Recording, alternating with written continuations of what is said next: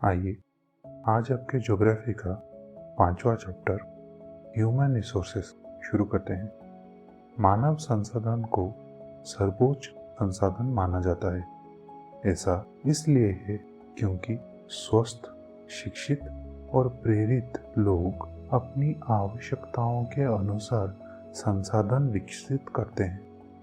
अन्य संसाधनों की तरह मानव संसाधन मध्य दुनिया भर में समान रूप में वितरित नहीं है।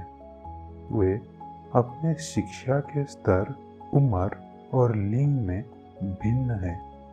डिस्ट्रीब्यूशन ऑफ पॉपुलेशन या जनसंख्या का वितरण, जिस तरह से लोग दुनिया भर में फैले हुए हैं उसे जनसंख्या वितरण का पैटर्न कहा जाता है।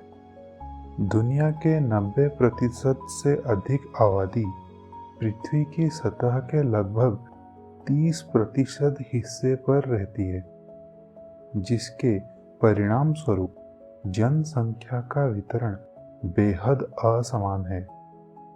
आइए एक विस्तृत विश्लेषण देखते हैं कि जनसंख्या का वितरण कितना असमान है। विश्व के ज्यादा आबादी वाले क्षेत्रों में शामिल है दक्षिण एशिया और दक्षिण पूर्व एशिया, यूरोप, उत्तर दक्षिणी उत्तर अमेरिका। बहुत से लोग भूमध्य रेखा यानी इक्वेटर से दक्षिण के अफ्रीका इसके उत्तर में रहते हैं। पृथ्वी की कुल जनसंख्या का 3/4 भाग 2 महाद्वीपों एशिया और अफ्रीका में रहते हैं। विश्व में प्रत्येक 100 लोगों में केवल 1 ऑस्ट्रेलिया में, 5 उत्तरी अमेरिका में, 13 अफ्रीका में, 12 यूरोप में और बाकी एशिया में रहते हैं। दुनिया की 60% आबादी सिर्फ 10 देशों में रहती है, जिनमें जापान, रूस, Nigeria, Bangladesh, Pakistan, Brazil, Indonesia, USA, Bharat और चीन शामिल है।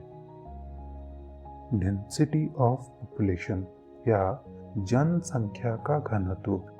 पॉपुलेशन डेंसिटी पृथ्वी की सतह के एक क्षेत्र में रहने वाले लोगों की अधिकतम संख्या है। इसे आमतौर पर स्क्वायर किलोमीटर में व्यक्त किया जाता है। विश्व में जनसंख्या का एवरेज डेंसिटी 51 व्यक्ति प्रति वर्ग किलोमीटर या 51 पीपल पर स्क्वायर किलोमीटर है, जिसमें दक्षिण मध्य एशिया में ज्यादा पॉपुलेशन डेंसिटी है और इसके ठीक बाद पूर्व और दक्षिण पूर्व एशिया का स्थान आता है। Factors affecting distribution of population या जनसंख्या के वितरण को कौन से कारक प्रभावित करते हैं? पॉपुलेशन डिस्ट्रीब्यूशन 2 तरह के कारकों से प्रभावित होता है, जिसमें पहला आता है जियोग्राफिकल फैक्टर्स, जिसमें टोपोग्राफी या स्थलाकृति, क्लाइमेट या जलवायु, सॉइल या मिट्टी, पानी, मिनरल्स या खनिज पदार्थ शामिल है। दूसरा सामाजिक, सांस्कृतिक और आर्थिक कारक होते हैं। आइए प्रत्येक कारक को विस्तार से देखते हैं। टोपोग्राफी। लोग खुले और मैदानी इलाकों में रहना ज़्यादा पसंद करते हैं क्योंकि ये कृषि, विनिर्माण या मैन्युफैक्चरिंग और सेवा गतिविधियों के लिए उपयुक्त होते हैं। क्लाइमेट। लोग ज़्यादातर अत्यधिक ठंड या गर्म जलवायु में रहना पसंद नहीं करते हैं, जैसे सहारा रेगिस्तान या ध्रुवीय क्षेत्र। सॉइल। उर्वर मिट्टी कृषि गतिविधियों के लिए उपयुक्त भूमि प्रदान करती है, जिसके कारण गंगा और ब्रह्मपुत्र के किनारे इतने घने आबादी वाले इलाके हैं। वाटर या पानी, जिन जगहों में साफ पानी की सहज उपलब्धता होती है वो जगह घने आबादी वाले इलाके होते हैं। मिनरल्स, ज़्यादा खनिज पदार्थ वाले इलाकों में आबादी ज़्यादा होती है। इसी के साथ जियोग्राफिकल कारक समाप्त होते हैं। आइए सामाजिक, सांस्कृतिक और आर्थिक कारक की ओर चलते हैं। सोशल फैक्टर्स, जिन इलाकों में बेहतर आवास, शिक्षा और स्वास्थ्य संबंधित सुविधाएं मौजूद होती हैं वो जगह ज़्यादा आबादी वाले इलाके होते हैं। कल्चरल, धार्मिक या सांस्कृतिक महत्व वाले स्थान लोगों को अक्सर आकर्षित करते हैं, जैसे कि वाराणसी। इकोनॉमिक, औद्योगिक क्षेत्र या इंडस्ट्रियल एरियाज रोजगार के अवसर प्रदान करते हैं, जिससे बड़ी संख्या में लोग आकर्षित होते हैं, जैसे कि Mumbai. Population change, population change से तात्पर्य किसी विशिष्ट समय के दौरान लोगों की संख्या में परिवर्तन से है। विश्व की जनसंख्या स्थिर नहीं रही है। जन्म और मृत्यु की संख्या में बदलाव के कारण इसमें कई गुना वृद्धि हुई है। मानव विकास की अत्यंत लंबी अवधि में सन 1800 तक विश्व की जनसंख्या में लगातार लेकिन धीरे धीरे वृद्धि आती है रही। हालांकि साल 1804 में विश्व की जनसंख्या 1 अरब तक पहुंच गई। साल 1959 में यानी 150 साल बाद यही संख्या 3 अरब तक पहुंच गई। साल 1999 में यानी उसके 40 साल बाद ये 2 गुना होकर 6 अरब हो गई। इस घटनाक्रम को हम पॉपुलेशन एक्सप्लोजन कहते हैं। आइए पॉपुलेशन एक्सप्लोजन के पीछे के कारणों को समझते हैं। पहले के समय में उपयुक्त स्वास्थ्य सुविधाएं नहीं थी। हालांकि शिशु बड़ी संख्या में पैदा होते थे, उनकी मृत्यु भी जल्दी हो जाती थी भिन्न बीमारियों के कारण। किसान सभी लोगों के खाद्य आवश्यकताओं को पूरा करने के लिए पर्याप्त उत्पादन करने में सक्षम नहीं थे।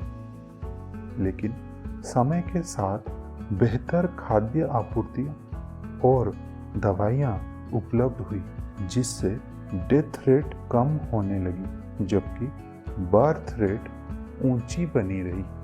अब चलिए समझते हैं ये बर्थ रेट और डेथ रेट क्या है।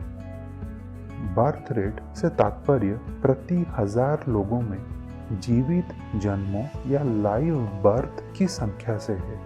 लाइव बर्थ से तात्पर्य उन बच्चों से है जो जन्म लेने के बाद जीवित रहते हैं। डेथ रेट से तात्पर्य प्रति 1000 लोगों में होने वाली मौतों की संख्या से है। किसी भी देश की बर्थ रेट और डेथ रेट के बीच के अंतर को नेचुरल ग्रोथ रेट कहा जाता है।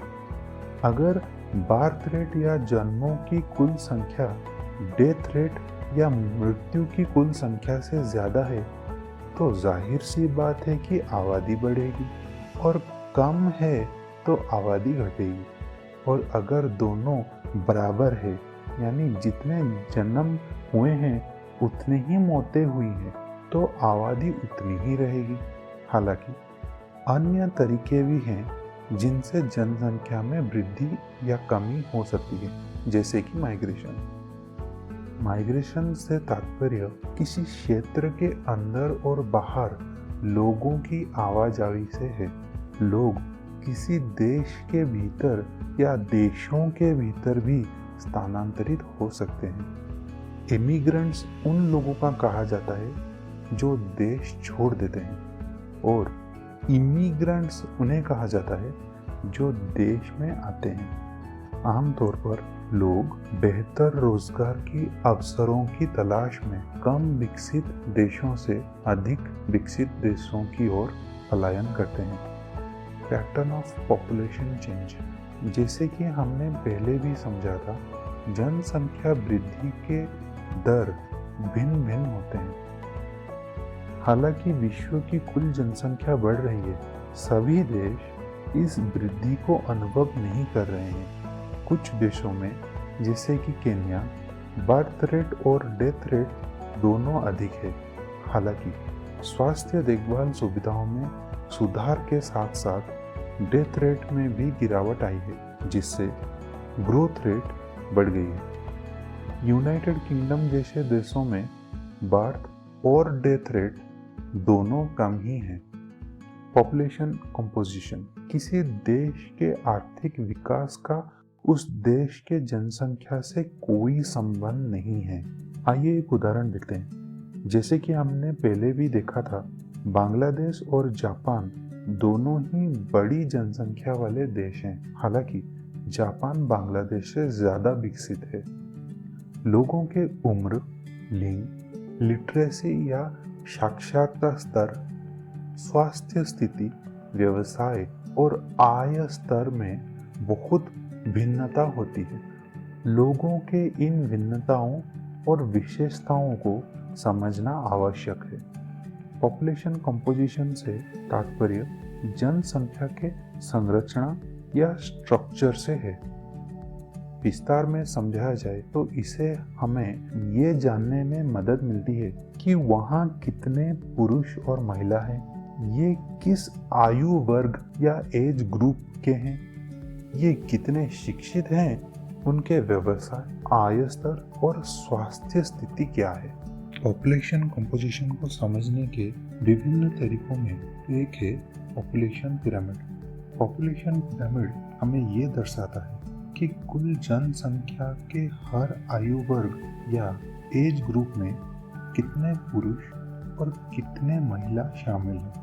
15 साल से कम या 65 साल से ज़्यादा उम्र वाले व्यक्तियों को इकोनॉमिकली डिपेंडेंट माना जाता है, यानी ये व्यक्ति अन्य के रोजगार पर निर्भर करते हैं।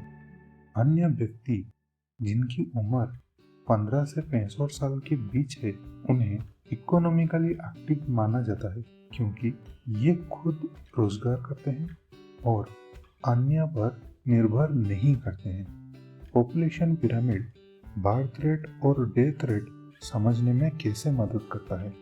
अधिक बर्थ और डेथ रेट वाले देशों की पॉपुलेशन पिरामिड का निचला भाग बहुत बड़ा और ऊपरी भाग बेहद संकीर्ण होता है। ये इसलिए कि हालांकि जन्म लेने वाले बच्चों की तादाद ज्यादा होती है, इनमें से बहुत कम बुढ़ापे तक जीवित रह पाते हैं। जिन देशों में नवजन्मित शिशुओं में मृत्यु की तादाद घट रही होती है, उनके पॉपुलेशन पिरामिड का निचला भाग चौड़ा होता है, लेकिन इसमें पिरामिड का ढलान इतना तीव्र नहीं होता है, क्योंकि ज्यादा बच्चे बड़े होने तक जीवित रहते हैं। जिन देशों में बर्थ रेट कम रहता है, उनके पॉपुलेशन पिरामिड का निचला भाग ज्यादा बड़ा नहीं होता है और पिरामिड का ढलान ज्यादा बदलाव नहीं दिखता है। इसी के साथ आपके ज्योग्राफी का चैप्टर 5 समाप्त होता है और साथ ही आपके ज्योग्राफी का सिलेबस भी खत्म होता है। हम थोड़ा समय लेके बेहतर वीडियोस के साथ जल्द ही आपसे फिर मुलाकात करेंगे। तब तक के लिए अलविदा। Thank you.